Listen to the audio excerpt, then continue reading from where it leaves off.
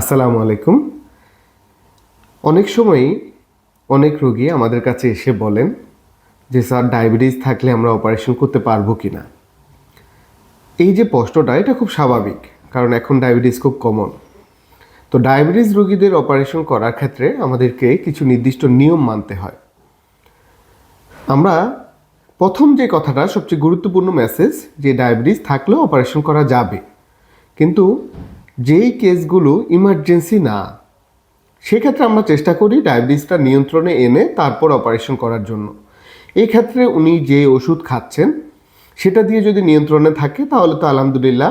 যদি সেটা দিয়ে ওনার পূর্ণ নিয়ন্ত্রণে না থাকে তখন প্রয়োজনে আমরা ওষুধ চেঞ্জ করে দিয়ে থাকি, ইনসুলিন দিয়ে থাকি।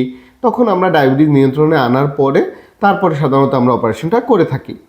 আর ইমার্জেন্সির ক্ষেত্রে আমাদের আসলে সেই সুযোগটা অনেক সময় থাকে না। রোগীর জীবনের চিন্তা করে, জীবনের ঝুঁকি চিন্তা করে, অনেক কিছু চিন্তা করে আমাদেরকে দ্রুত সিদ্ধান্ত নিতে হয়।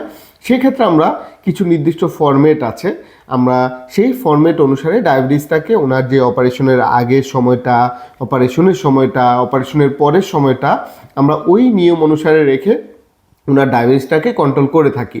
এই ক্ষেত্রেও আমাদেরকে খুব বেশি হেল্প করে ইনসুলিন। এই ইনসুলিনের বিভিন্ন ফরম্যাটকে আমরা ইউজ করে ওনার ডায়াবেটিসটাকে নিয়ন্ত্রণে রাখি। কারণ এই নিয়ন্ত্রণে কেন রাখতে হয়? আমরা যদি ডায়াবেটিসটাকে নিয়ন্ত্রণে না রাখি তাহলে এখানে অপারেশনের কিছু জটিলতার সম্ভাবনা থাকে, অপারেশনের পরবর্তীতে ইনফেকশনের সম্ভাবনা বেশি থাকে।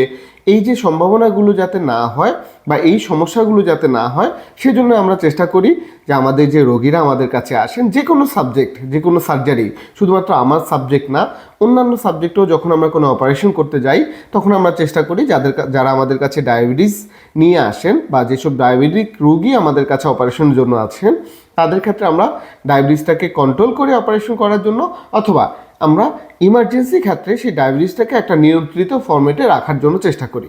তবে গুরুত্বপূর্ণ জিনিস হলো যে ডায়াবেটিস হলেও আমাদের কাছে অনেক রকম ফর্মুলেশন আছে যার মাধ্যমে আমরা এখন অপারেশনে যেতে পারবো, কারণ অপারেশনটা আমরা নিশ্চয়ই তখনই করি যখন এটার প্রয়োজন। সুতরাং আমরা ডায়াবেটিসটাকে নিয়ন্ত্রণে রাখবো, ডায়াবেটিসটাকে নিয়ন্ত্রণে রেখে আমরা অপারেশনে যাব।